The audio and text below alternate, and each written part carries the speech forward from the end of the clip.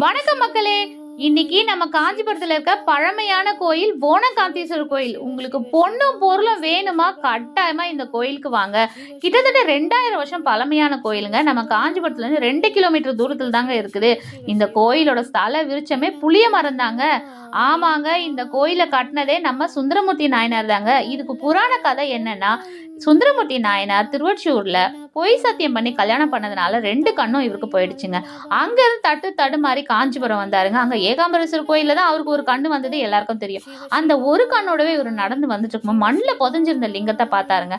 அந்த லிங்கத்தை தொட்டதுமே இதை அசுரர்கள் பூஜித்த லிங்கம்னு அவருக்கு தெரிஞ்சுதுங்க. அசுரர்கள்னா யார் தெரியுமா? ஓணன், காந்தன்.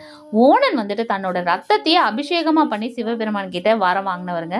காந்தனும் சும்மா இல்லைங்க, அதீத பக்தி கொண்டு வருங்க. சிவபெருமான் காட்சி அளித்து உங்களுக்கு என்ன வரம்னு கேட்டதுக்கு அவங்க என்ன கேட்டாங்களா தெரியுமா? எங்களுக்கு எப்போ உங்களோட ஆசீர்வாதம் உங்க பக்தியோட இருந்தாலே போதும் கேட்டாங்க.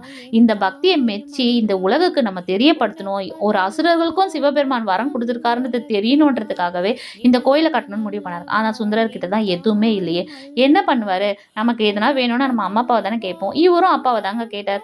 ஆனா இவர் என்ன பண்ணாரா, ஐயோ சுந்தரர் வந்துட்டாரே, நம்ம கொடுத்துதானே ஆகணும்னு சொல்லிட்டு பயந்து போய் புளிய மரத்துல போய் ஒளிஞ்சுக்கிட்டாராங்க. ஒரு அடியாருக்கு பயந்தது சிவபெருமான் மட்டும்தாங்க. இவரு சும்மா விடுவாரா? புளிய மரத்தடியில நின்று பதிகம் பண்ணாருங்க. வேற வழியே இல்லையே, அவர் கொடுத்துதானே ஆகணும். வாரி வாரி கொடுத்துருக்காருங்க. புளிய மரத்துல காய்ச்சி தொங்கின புளியெல்லாம், புளியங்காய் எல்லாமே தங்கமா மாறி கொட்டுச்சாங்க. சும்மா கொஞ்சம் நஞ்சம் இல்லைங்க, கணக்கில் அடங்காம தங்கமா கொட்டியிருக்குங்க. அதுக்கப்புறம் என்ன, நல்லபடியா இவர் கோயிலும் கட்டியிருக்காருங்க. இப்பவும் திருவிழா நேரத்துல புளிய மரத்தை உழுக்குவாங்களாம். அந்த ஐதீகம் இன்னமும் நடந்துட்டு தாங்க இருக்கு. இது உண்மையா நடந்த கதைங்க. நீங்க ஒரு தடவையாவது இந்த கோயிலுக்கு போயிட்டு வாங்க, நிச்சயமா மாற்றம் ஏற்படுங்க. அப்புறம் என்னங்க, நாங்க போன நேரம் பிரதோஷம். பிரதோஷம் ரொம்ப அருமையா பண்ணாங்க. பார்க்கறதுக்கு கண் கோடி வேணுங்க. என்ன அலங்காரம், என்ன விமர்சையா நடந்தது தெரியுமா?